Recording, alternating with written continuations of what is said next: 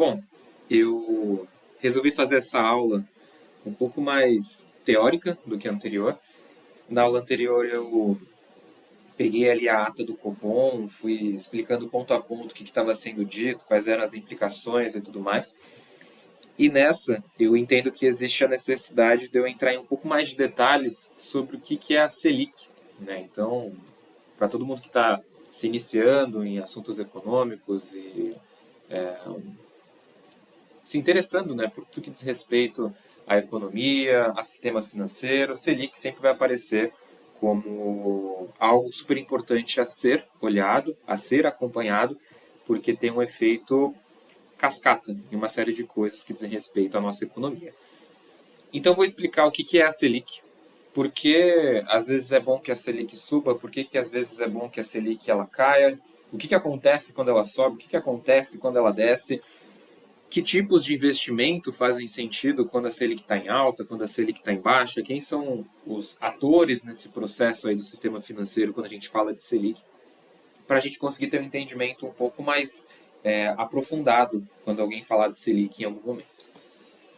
Show! O que é importante começar dizendo? Selic, por si só, ela muitas vezes é utilizada como a sua forma individual aqui, né? A Selic isso, a Selic aquilo, só que ela pode estar significando coisas diferentes. Né? A Selic tem significados diferentes. A Selic pode dizer respeito a um sistema, que eu vou falar qual que é. A Selic pode dizer respeito a um indicador. E a Selic pode ser uma meta. Tá certo? E a gente vai entender meta do quê, para quê, como. Ok? Então, a partir desse entendimento, desse panorama Selic, a gente vai conseguir ter mais clareza ainda do que acontece quando ela sobe, do que acontece quando ela desce. E a Selic, é bom que a gente saiba, ela tem uma relação muito importante com duas coisas muito fundamentais assim, em qualquer economia, que é riqueza e inflação.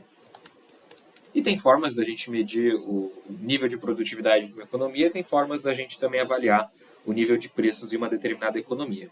Quando a gente fala de inflação, especificamente no Brasil, a gente vai falar muitas vezes de IPCA, a gente vai falar de IGPM, tem uma série de indicadores aí, né? Então, IPA, né, que são índices de preço. Então, aqui, por exemplo, o IGPM é índice de preços, índice geral de preços a mercado, aí o IPCA é o índice de preços ao consumidor amplo, isso daqui é índice de preços ao produtor amplo, e quando a gente fala de riqueza, a gente está falando de GDP, Gross Domestic Profit, se eu não me engano, é Production, agora que eu não lembro, deixa eu só ver aqui, GDP.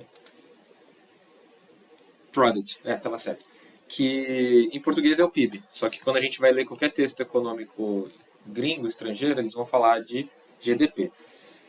E o PIB, né, o Produto Interno Bruto, ele vai mensurar aqui quanto que a economia está sendo produtiva, quanto que ela está gerando de riqueza, tá bem? Então vamos deixar isso aqui em stand-by, porque a gente vai voltar nessa questão, mas é bom a gente saber que existe esse panorama, tá ok?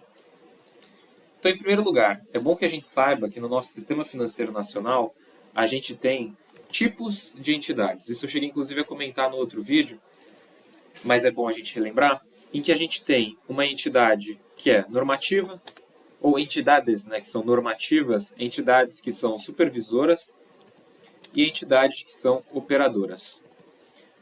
Uma entidade do tipo normativa, ela seta a regra, ela diz qual é a regra, ela cria a regra, ela fala, as coisas precisam acontecer de determinado jeito, então ela cria a norma, ela regula, ela estabelece, ela define, ela disciplina, esse tipo de coisa ela está sempre procurando definir.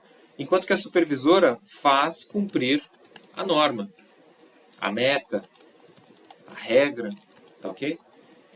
E a operadora, ela segue a norma e atua no mercado financeiro. E aí tem uma entidade super importante, quando a gente fala de sistema financeiro nacional, que é uma entidade normativa, que é simplesmente a autoridade máxima do sistema financeiro nacional, que é o Conselho Monetário Nacional. Tudo isso aqui para explicar a Selic, viu? E aí, uma coisa é eu falar para você, olha, quando a Selic sobe, a gente tem um cenário em que o consumo desce, a inflação desce, e isso pode ser importante porque isso ajuda a atingir uma meta de inflação. Isso é uma explicação ok, mas é difícil de entender essa descrição, a não ser que a gente faça todo esse caminho que eu estou seguindo aqui com você. Então existe ali o Conselho Monetário Nacional, e aí talvez até faça sentido ter um vídeo especificamente sobre o Conselho Monetário Nacional, mas para o objetivo de agora, sim, a gente precisa entender que o Conselho Monetário Nacional, óbvio, ele tem uma complexidade própria ali, quais são as atribuições, quem são os membros, como que funcionam as reuniões, mas eu não vou entrar nesse detalhamento. O que é importante a gente entender agora? Que existem dois grandes objetivos do Conselho Monetário Nacional, que é estabilidade econômica, estabilidade e desenvolvimento econômico. Então, o Conselho Monetário Nacional vai estar sempre preocupado em criar normas, pensar regras, estabelecer parâmetros ali para que o país ele cresça, para que ele seja estável e para que ele possa não só crescer economicamente, mas crescer socialmente, se tornar mais competitivo dentro de um cenário global, tá ok? E, mediante isso, o Conselho Monetário Nacional ele vai se preocupar em acompanhar alguns tipos de indicadores. Então, quando a gente fala da economia, existem indicadores que são mais micro, né, do âmbito da microeconomia. Quando a gente fala no âmbito maior, numa lente de leitura um pouco mais ampla, a gente fala de macroeconomia. Então, existem indicadores macroeconômicos que o Conselho Monetário Nacional ele vai se preocupar em olhar. Então, níveis de atividade econômica, pleno emprego, desemprego, né, no caso também, PIB, IPCA, IGPM, IPA, uma série de indicadores. Inclusive, a gente tem indicadores que são até compostos de outros indicadores. O próprio IGPM ele é composto, né? Ele é 60% custos, índice de preços ao produtor, 30% que é índice de preços ao consumidor e 10% que é o custo da construção. Então ele vai abarcar uma série de coisas diferentes. O PIB também é um indicador macro, né? Porque ele vai pegar, por exemplo, na ótica do consumo, ele vai fazer um cálculo que é consumo das famílias mais investimento das empresas mais investimento governamental e balança comercial. É basicamente isso que é o PIB, dentro desse olhar econômico. Mas o PIB ele também pode ser atividade econômica, volume em serviços, indústria e agro. Né? O CIA pode ser o CIG, NX, eu acho que balança comercial eles colocam como NX, mas não vou nem entrar nesse detalhamento. O que a gente precisa saber é que o Conselho Monetário Nacional ele vai acompanhar indicadores macroeconômicos. E vai criar práticas, políticas, metas, regras para garantir que a gente tenha saudabilidade quando o assunto é economia. E aí, além do Conselho Monetário Nacional, tem uma figura importante que a gente vai olhar, que é o Banco Central. Então, enquanto o Conselho Monetário Nacional é uma entidade normativa, o Banco Central, que também a gente consegue encontrar por aí como Bacen ou apenas BC, ele vai ser uma entidade supervisora que faz cumprir as determinações do Conselho Monetário Nacional.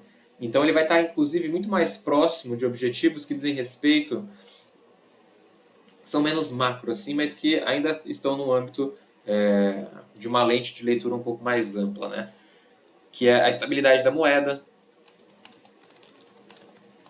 que é suavizar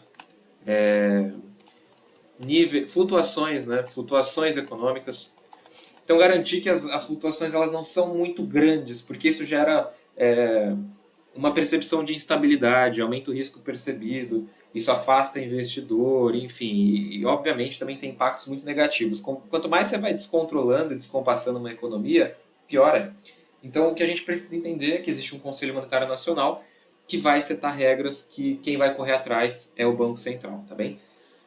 E aí a principal regra, né, que quando o Conselho Monetário Nacional vai setar que o Banco Central vai ter que perseguir é a meta da inflação. Por que meta da inflação? Poxa, não seria melhor a gente sempre ter uma inflação pequenininha? Mas é ter uma meta especificamente. Vamos lá. A inflação, por si mesma, ela não é boa ou ruim. Depende do contexto. O problema é a inflação descontrolada. O problema é a inflação não administrada. Então a gente pode ter um cenário ruim quando a inflação está alta. Então a alta da inflação não é boa e uma super baixa da inflação também não é tão boa, porque significa que a gente está consumindo menos. O mercado está menos aquecido, que talvez a gente tenha uma economia menos produtiva. E um cenário de alta quer dizer que os preços estão crescendo muito acima, até mesmo provavelmente do poder de compra, e isso pode levar a uma desvalorização também da moeda.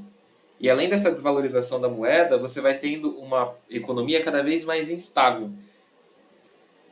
Natural também que exista uma série de outros fatores que a gente poderia olhar quando a gente fala de inflação, porque tem coisas que afetam ela a priori, tem coisas que vão ser consequência a posteriori de uma inflação, mas por enquanto é bom a gente entender que alta demais é problema e baixa demais também é um problema. A questão é que ela tem que ser administrada.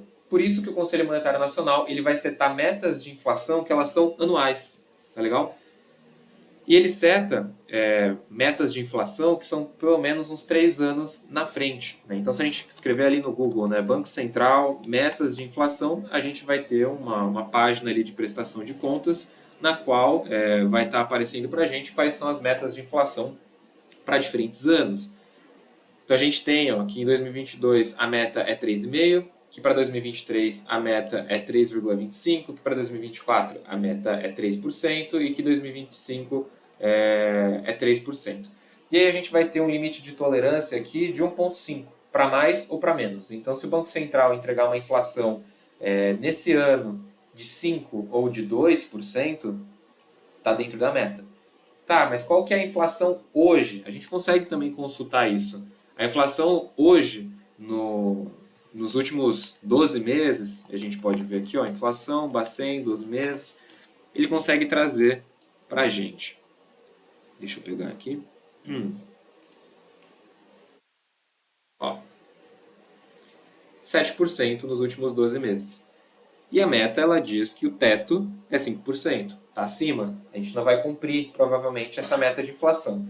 Não cumprir a meta de inflação não é bom, porque significa que existem fatores aí ou endógenos, né, que são internos, ou exógenos, que são externos, que estão fazendo com que a gente não tenha controle dessa inflação. E, de novo, descontrole da inflação é um grande problema.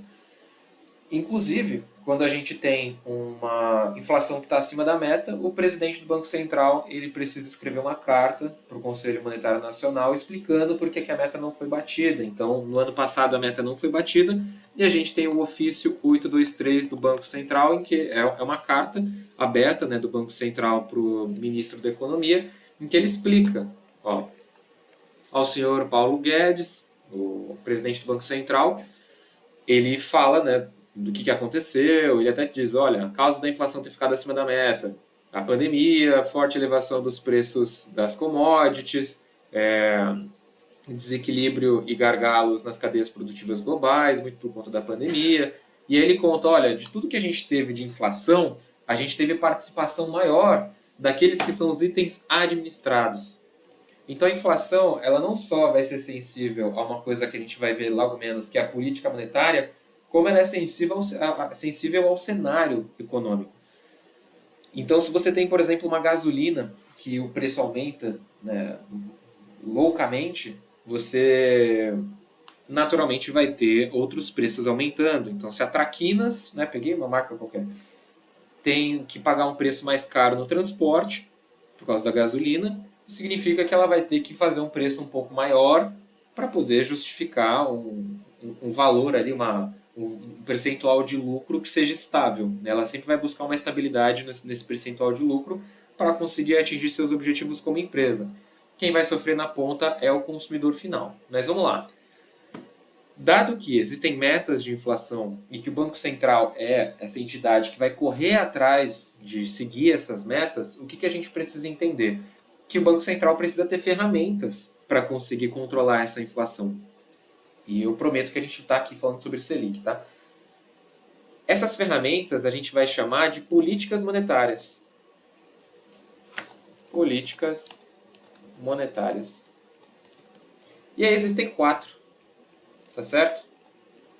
Que a gente pode até ver em outras aulas, mas a Selic vai ser a mais importante agora. Selic, Open Market, redesconto, depósito de compulsórios. Essas 4. E o que é uma política monetária no fim do dia? Né? Que instrumentos são esses que o Banco Central ele utiliza para conseguir fazer cumprir essas metas de inflação que são setadas pelo Conselho Monetário Nacional? Essas políticas monetárias elas controlam, no fim do dia, o nível de liquidez da nossa economia. Caraca, tá falando grego aí, pô. Ó, nível de liquidez. Vou explicar o que é nível de liquidez. Uma economia muito líquida quer dizer que tem muito dinheiro circulando. Uma economia pouco líquida significa que tem pouco dinheiro circulando. Então a gente pode ser reducionista aqui e dizer que é dinheiro em circulação. Tá legal? E o que acontece quando você tem, eventualmente, muito dinheiro em circulação? Quando você tem muito dinheiro em circulação, ó, alta, você vai ter alto consumo. Quando você tem alto consumo e você não acompanha o nível de produção, então do dia para a noite, aqui é óbvio, a gente está criando uma situação fictícia.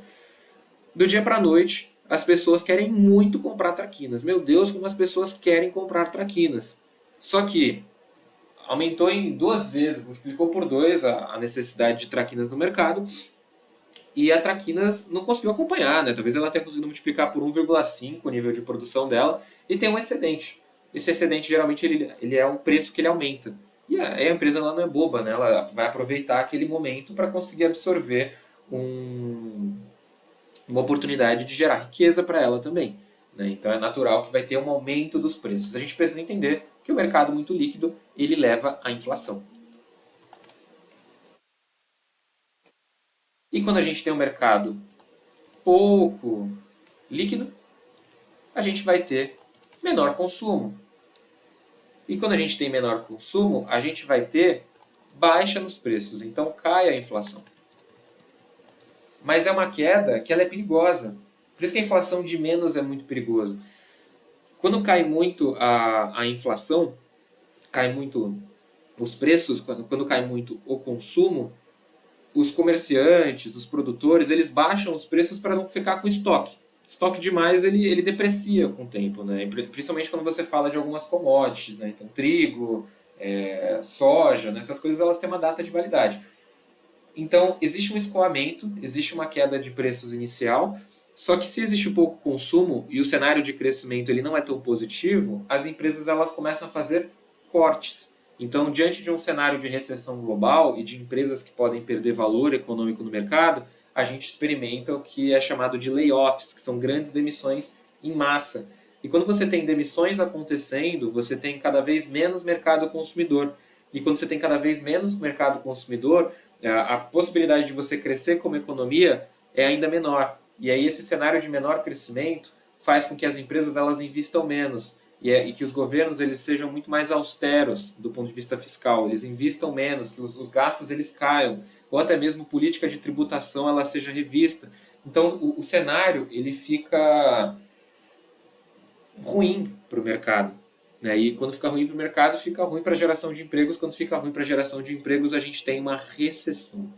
Né? E aí a gente pode ter uma estagnação, a gente pode ter uma estagflação, que é o grande demônio aí da economia. Mas o ponto é, quando a gente tem muita liquidez, a gente tem um aumento da inflação. Quando a gente tem baixa liquidez, a gente tem uma redução da inflação. Tá bem? Tá joia. O que isso tem a ver com o Selic? Selic, né, como um conceito lato sensu, é uma ferramenta de política monetária. Como que o Selic, a taxa Selic, né, ou a meta da taxa Selic, é uma ferramenta de política monetária? Bom, para isso a gente precisa entender que as empresas e governos precisam captar dinheiro. Os bancos também, todo mundo precisa captar dinheiro. Vou colocar empresas, bancos e governos precisam captar dinheiro. Por que elas precisam captar dinheiro? Porque para fazer as coisas que elas precisam fazer custa dinheiro. Basicamente por isso. E aí você tem formas de um governo ter captação. Qual que é uma forma muito conhecida de um governo fazer captação? Impostos. Impostos. Deixa eu saber se está gravando. Vai que não está gravando. Aí está gravando. Legal. Impostos. Como que um banco pode fazer captação? Vendendo produto financeiro. Oferecendo algum crédito. Oferecendo um seguro. Oferecendo alguma coisa nesse sentido. Como que uma empresa capta dinheiro? Vendendo. Vendendo um pedaço dela também, que seria uma ação, tá certo? Mas o que a gente precisa entender de um modo geral? empresas, bancos, governos e até pessoas, apesar das diferentes formas de captar dinheiro, uma forma muito utilizada é o crédito. O crédito é super importante para qualquer economia. E o que é o crédito? O crédito é quando essa empresa, esse banco, esse governo, ele contrai uma dívida, tá certo? E imagina o seguinte, que você tem ali uma entidade econômica A e você tem uma entidade econômica B. Pode ser pessoa a pessoa, pode ser a pessoa e um banco, tá legal? Eventualmente, vamos pensar pessoa a pessoa. Pode ser que essa pessoa A ela tenha um pouco mais de dinheiro que a pessoa B. A gente vai até dar um nome bonito para essas pessoas, né, que é o agente superavitário, agente deficitário. Essa pessoa ela pode emprestar dinheiro para outra.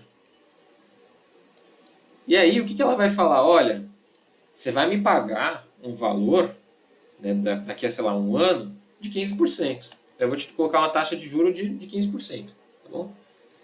Ou você pode ter uma outra leitura, que é os juros, porque aqui quando a gente está olhando o quanto que o B vai pagar para A, a gente está falando de rendimento.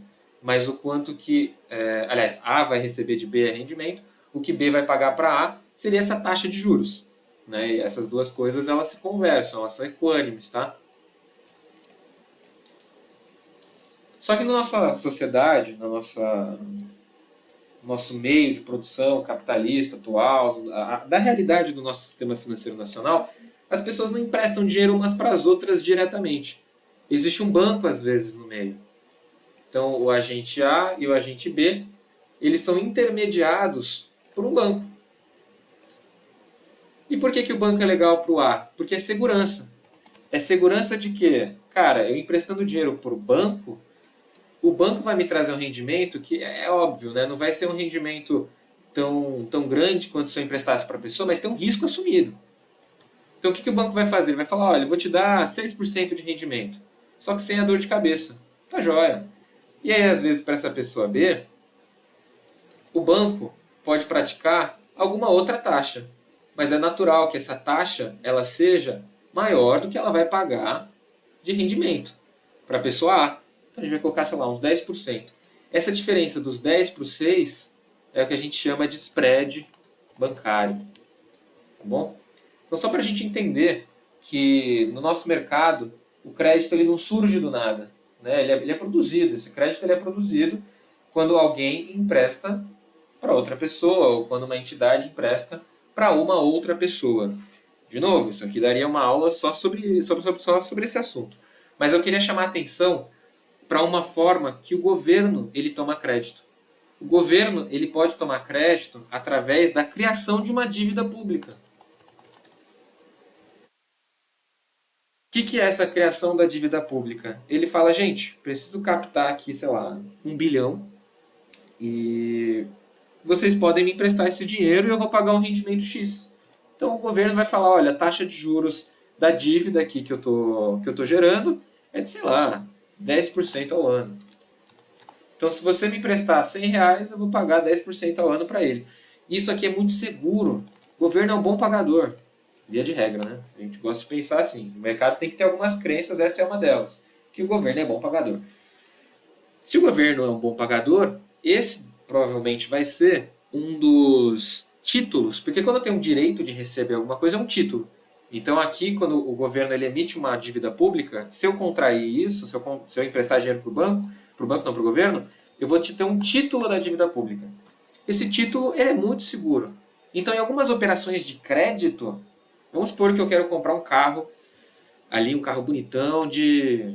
Vou pegar a imagem do carro para ficar legal.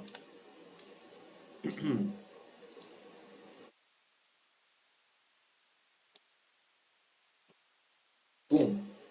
Quero comprar um carro, não tenho dinheiro, tá certo? Não tenho muito dinheiro, né? Vamos supor. E eu falo, pô, cara, eu chego, né, pro banco e falo, poxa, tem como você me emprestar dinheiro para comprar um carro? Eu falo, sei lá, né? Acho que com a sua renda mensal aí, não sei se dá para você comprar esse carro não, viu? O que você tem de garantia? Eu falo, putz, eu não tenho nenhuma casa de garantia, eu não tenho nada de garantia. Já sei. Eu tenho 50 mil em dívida pública, ou 10 mil em dívida pública. Vamos supor, nesse contexto, tá, que isso seja uma prática, eu posso usar o meu título da dívida pública como uma garantia. O título da dívida pública ele pode ser utilizado como uma garantia, tá bom? Vamos entender dessa forma. E eu não falei para vocês que uma pessoa A e uma pessoa B também pode ser substituída por um banco, por qualquer outro tipo de entidade? Né? Uma entidade pode emprestar para outra o tempo inteiro? Isso posto, vamos entender que bancos... Vou pegar a imagem de um banco para ficar legal.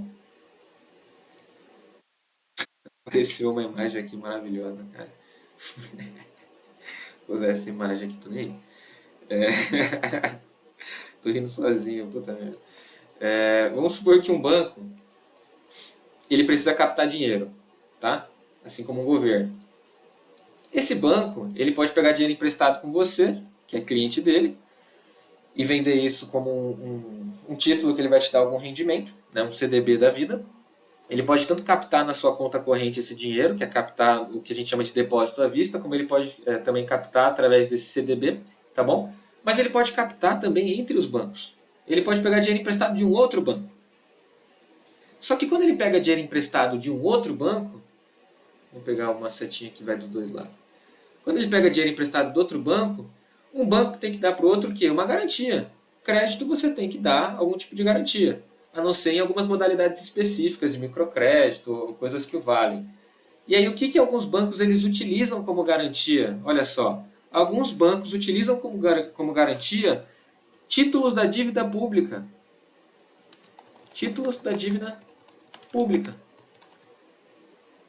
E são créditos assim que os bancos fazem entre eles.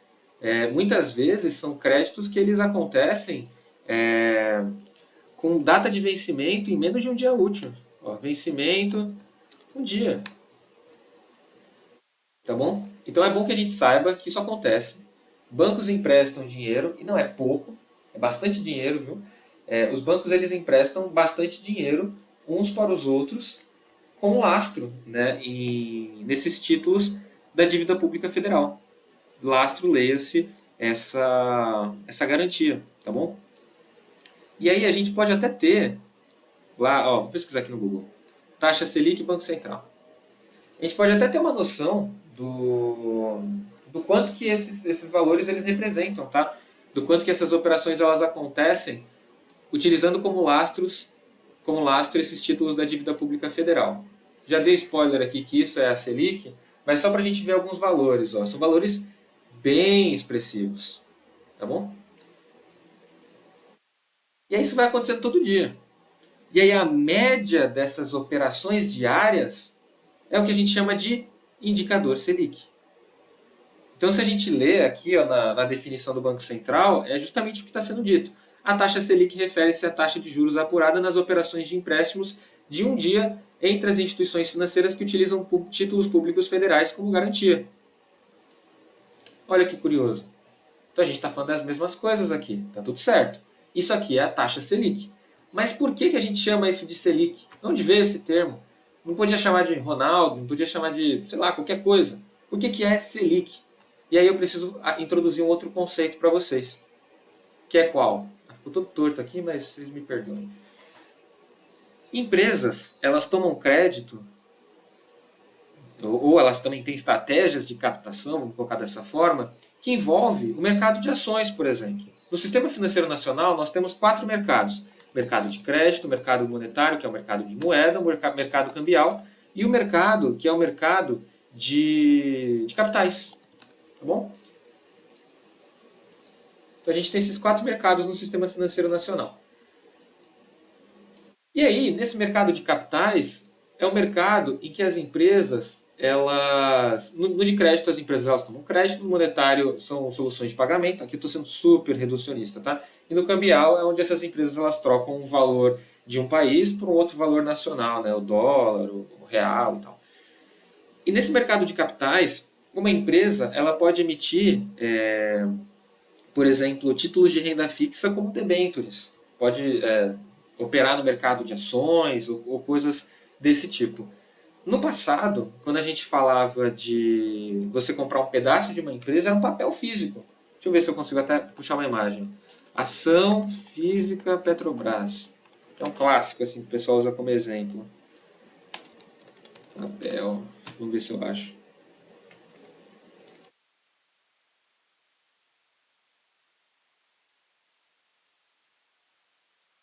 Não estou encontrando, droga. Acho que é 1800, vamos ver se aparece. Achei! Ah, olha só.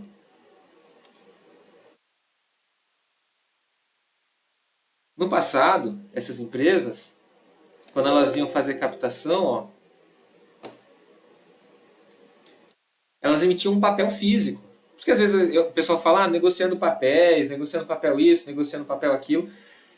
Elas emitiam esse papel em que você ia ter direito a tirar um ticket desse aqui, ó, puxava, entregava para o gerente do banco e ele te pagava um rendimento. Você tinha o direito de um recebimento. Você vai ter direito de um recebimento.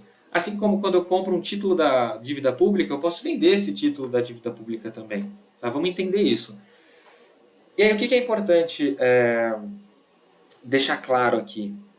No passado, quando eu era dono desse papel, se eu perdesse o papel, ferrou. Não ficava anotado em lugar nenhum que eu era dono desse papel.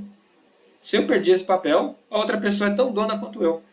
Hoje em dia, para que isso não aconteça, a gente registra em sistemas que são conhecidos como clearings. Numa clearing, você vai saber, é uma forma de garantir a liquidação e garantir a custódia de alguns desses títulos. Então, se eu comprei uma ação da Petrobras hoje, eu não vou ter um papel físico. Vai ter um sisteminha, que é a clearing da B3, que ali vai estar escrito a ação tal pertence ao Rafael Delgado. E se porventura acontecer de essa ação ter que me pagar, sei lá, R$ 100 depois de 6 meses, eu posso chegar ali na Petrobras e falar, olha, vocês não me pagaram ainda. E ele chega e fala, já paguei sim. Se não tiver um sistema como a clearing da B3, a gente não vai saber se essa liquidação de fato aconteceu. E o oposto também é verdadeiro. A Petrobras pode me pagar e eu falo, não, vocês não me pagaram. Não ficou registrado em lugar nenhum. Tá certo? Então a clearing da B3, ela... Aqui eu estou sendo muito reducionista. Mas é onde a gente consegue saber quem são os donos e garantir a liquidação de títulos não públicos. E a gente tem a clearing Selic, que é o sistema, não sei porque que ficou esse tamanhão aqui, mas tudo bem, que são para títulos públicos. Selic significa Sistema Especial de Liquidação e Custódia.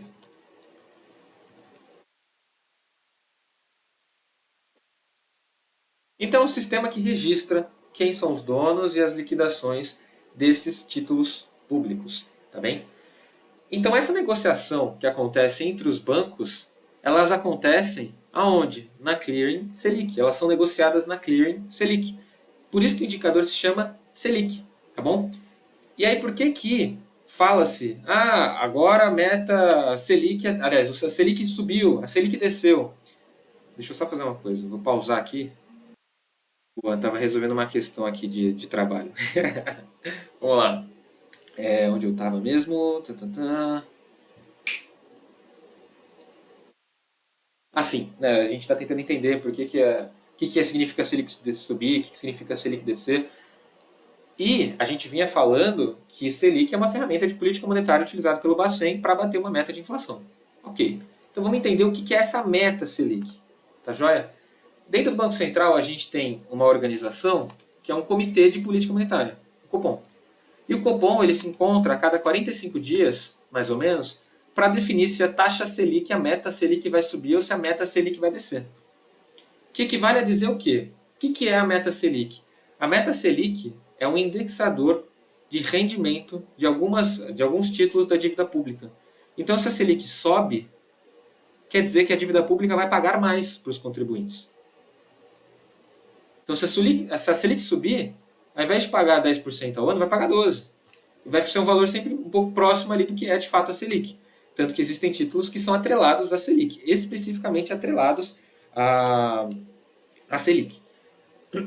E se é super seguro, se esse é o mais seguro, se a gente pudesse colocar dessa forma, se eu sou um banco e eu tenho a opção de emprestar dinheiro para o Rafael ou para o governo federal, eu vou emprestar para o banco.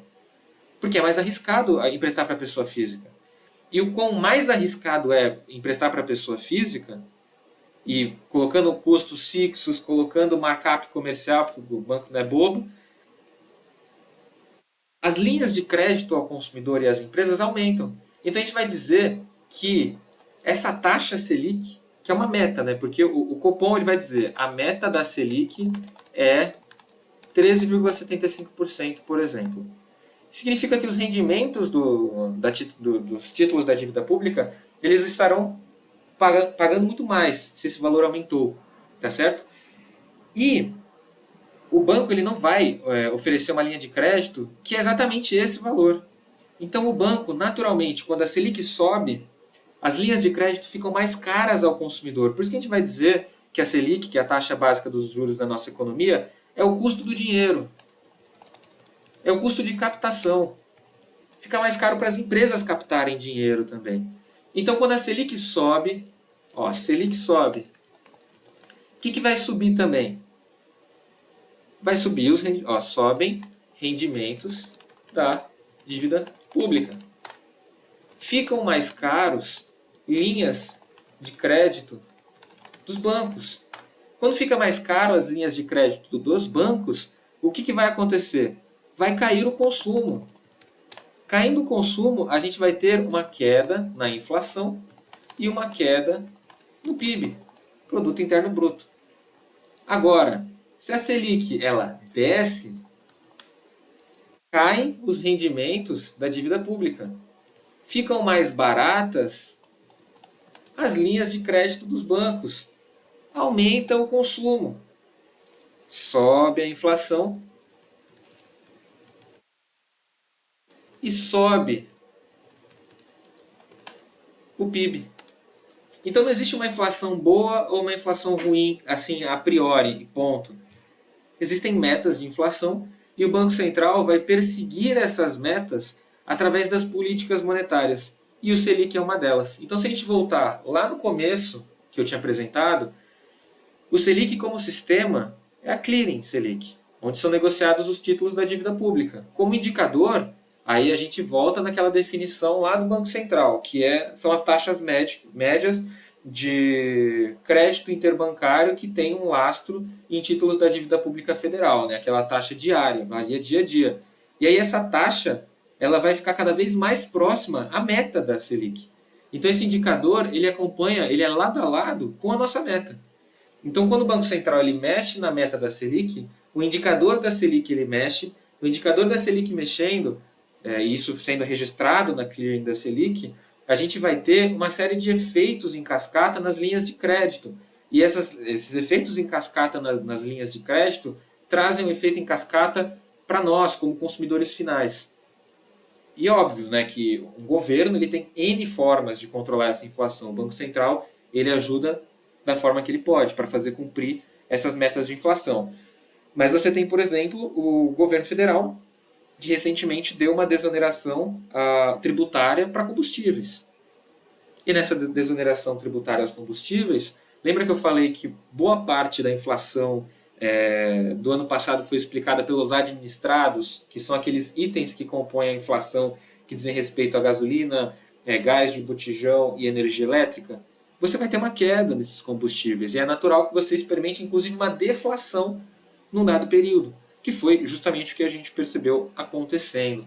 Então, na prática, a Selic subindo, você vai ter uma inflação que ela vai cair. Você consegue controlar. Se a inflação está muito alta, você sobe a Selic. Se a inflação está num ritmo ali aceitável e você entende que a sua economia pode produzir mais, eventualmente você pode dar um incentivo caindo a Selic. E isso, né, orquestrado com vários outros elementos e ferramentas aí que uma política monetária ela pode oferecer, tá bem? É isso, espero que você tenha gostado. Vou tentar fazer mais vídeos nesse formato né, eu tenho a expectativa que isso possa ajudar algumas pessoas. Me ajudou a ter acesso a vídeos desse tipo quando eu estava no começo ali da minha jornada no sistema financeiro nacional, e eu faço votos aí para que isso te ajude de alguma forma. Tendo alguma dúvida, me procure, vou estar muito feliz aí em poder estar ajudando a esclarecer. Mas óbvio que também tem o Google, eventualmente tem uma pergunta rápida ali, escreve ali, com certeza vai ter conteúdo gratuito e vai ter conteúdo até mesmo do governo federal, do Banco Central, dessas instituições aí que eu cheguei a comentar, que vão ajudar você a entender esses assuntos. Porque é do interesse delas que vocês entendam esses assuntos, e é uma das missões dessas empresas fazer conhecer, né, que a sociedade civil e os atores do sistema financeiro conheçam todos esses elementos, tá bom? Vejo vocês na próxima. Tchau, tchau.